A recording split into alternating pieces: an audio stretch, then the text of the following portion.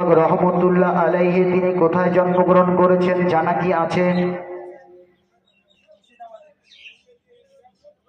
আমাদের ভাগ্য কতটাই ভালো যে আমাদের কুচবিহার সরজমিনে, কুচবিহার ডিস্ট্রিক্টের জমিনের মধ্যে একজন হক্কানি আলেম শুয়ে রয়েছে। তিনার বংশধর আরো শুয়ে রয়েছেন, কিন্তু তিনার বংশধর এই জায়গার মধ্যে উপস্থিত রয়েছেন। ইকরামুল হক রহমতুল্লাহ আলাইহি তিনি জন্মগ্রহণ করেছেন কোথায়? কুচবিহারে। জোরে বলুন না সুবহানাল্লাহ।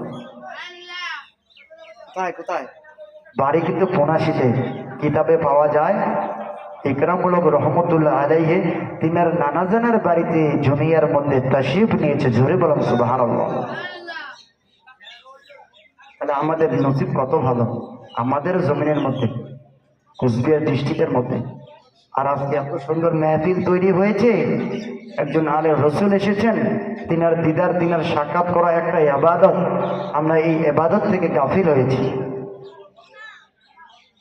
বক্তা যতই কয়ে যাক, মেহফিল থেকে উঠলাম, পাঞ্জাবি ছাড়লাম, চলে গেলাম, ব্যাস। দুরুদ মহাব্বতের সহিত বখিলাতি করবেন না। অন্তরকে পরিষ্কার করার জন্য মহাব্বতের সহিত আমাদেরকে জবান আল্লাহ দিয়েছে, সেই জবানকে বুলন্দ করে আওয়াজ করতে হবে, কি ঠিক কিনা? মহাব্বতের সহিত আল্লাহুম্মা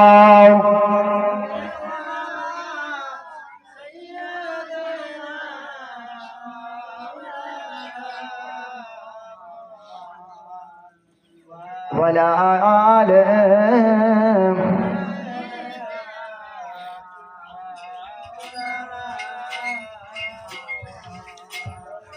যে আমাদের হলদিবারের জমিনে শুয়ে আছেন ইকরামুল হক রহমতুল্লাহ আলাইহি, তিনি দুনিয়াতে তাশরিফ আনলেন তিনার নানাজানের বাড়িতে।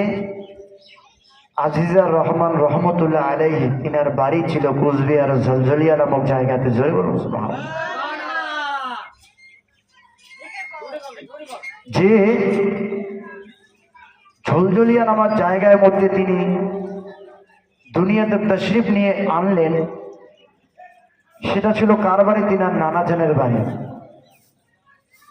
আজিজা রহমান রহমতুল্লাহ আলাইহি তিনি কি ছিলেন? তিনি একজন মুকাম্মেল আল্লাহর ওলি ছিলেন। তিনি একজন মুকাম্মেল আল্লাহর ওলি ছিলেন। তিনি রাজার দরবারের মধ্যে চাকরি করতেন।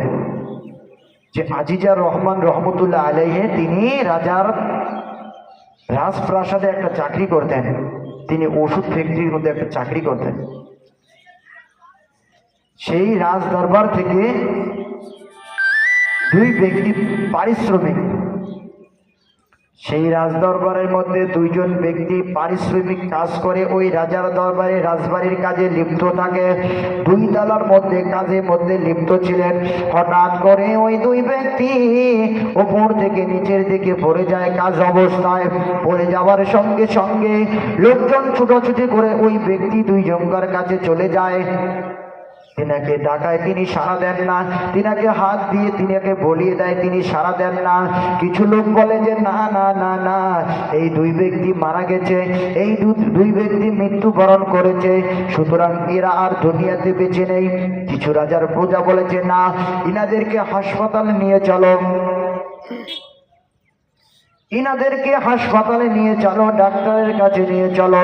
কিছু ব্যক্তি আসার পর ওই দুই ব্যক্তিকে নিয়ে সেই ডাক্তারের কাছে নিয়ে গেলেন। ডাক্তারের কাছে নিয়ে যাওয়ার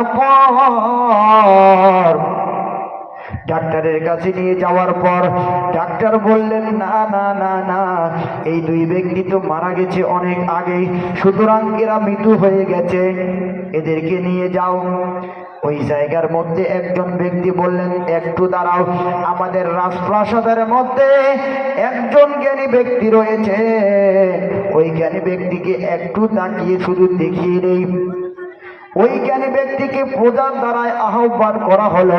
ওই জ্ঞানী ব্যক্তিকে ডেকে নিয়ে ওই জায়গার মধ্যে উপস্থিত হাজির হয়ে গেলেন। হাজির হওয়ার পর বলল, দেখো দেখো বাবা, এই দুই ব্যক্তি পরিশ্রম করতেছিল বিল্ডিং এর উপরে, উপর থেকে পড়ে গিয়ে মৃত্যুবরণ করে। ডাক্তারও বলছে এরা মরে গেছে আর জিন্দা নেই। বাবা একটু দেখো। একটু দেখো এরা জিন্দা আছে কি মরে গেছে। বলে একটু ধৈর্য অবলম্বন করো, একটু ধৈর্য অবলম্বন করো। এই দুই ব্যক্তি জিন্দা আছে কি মারা গেছে, একটু ধৈর্য ধারণ করো। বলে বাবা তোমরা একজন আমার অফিসের মধ্যে চলে যাও, ওইখান থেকে 2 শিশি ওষুধ নিয়ে আসো। অমুক জায়গার মধ্যে 2 শিশি ওষুধ আছে, ওই ওষুধ নিয়ে আসো। তারপরে আমি একটু দেখছি। সুবহানাল্লাহ বলা যাবে না? তাহলে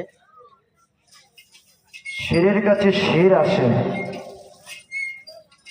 গুনাহগার আমাদের কাছে তারাই আসবে, ভালো লোক আমাদের কাছে আসবে না। আমরা মর্যাদা বুঝি না ভালো লোকের। যদি মর্যাদা বুঝতে পারতাম এই জায়গায় এরকম শূন্য থাকতো না, ভরপুর হয়ে যেত। কি ঠিক কিনা? খারাপ মনে করেন? দুঃখ আমার লাগে। সেই ইকরামুল হক রহমতুল্লাহ আলাইহির নানা জান আজিজা রহমান রহমতুল্লাহ আলাইহি বলে বাবা একজন ব্যক্তিকে পাঠিয়ে দাও আমার অফিসের মধ্যে, ওই জায়গা থেকে 2 শিশি ওষুধ নিয়ে আসো। ব্যক্তিকে পাঠিয়ে দিলেন। এক ব্যক্তি গিয়ে ছুটে গিয়ে ওই অফিস থেকে 2 শিশি ওষুধ নিয়ে আসলেন। ওষুধ নিয়ে আসার পর যখন ওষুধ নিয়ে চলে আসলেন, ওষুধ নিয়ে আসার পর সেই ব্যক্তির মহৎ ব্যক্তি ইকরামুল হক রহমতুল্লাহ আলাইহির নানাজানের হাতে দিলেন। ওই 2 শিশি ওষুধ 2 ব্যক্তির শরীরে লাগিয়ে দেওয়ার পর একটি কম্বল দিয়ে ঢেকিয়ে দিলেন। একটি কম্বল দিয়ে ঢেকিয়ে দেওয়ার পর 1 ঘন্টা পর ওই কম্বল যখন উঠিয়ে দিলেন, 2 ব্যক্তি সশরীরে জিন্দা হয়ে বসে গেলেন। সুবহানাল্লাহ সুবহানাল্লাহ। তাহলে আংশিক মনে করা যায় যে ইকরামুল হক রহমতুল্লাহ কি সাধারণ আপনাদের মতন আমাদের মতন মানুষ? তিনার বংশ বুনিয়াদ আমাদের মতো আপনাদের মতো মানুষ না। তেরা নবী পাকের আওলাদ বংশ, তিনাদের সঙ্গে আমাদের তুলনা করা কোনো লাভ নেই। আমাদের থেকে সবসময় ওরা উঁচা জায়গায় থাকবে, আমরা সবসময় তিনার পায়ের কাছে থাকবো। আর আমরা যদি তিনার উপরে ওঠার চেষ্টা করি ধ্বংস হয়ে যাব, আমরা ধ্বংস হয়ে যাব, একদম ধ্বংস হয়ে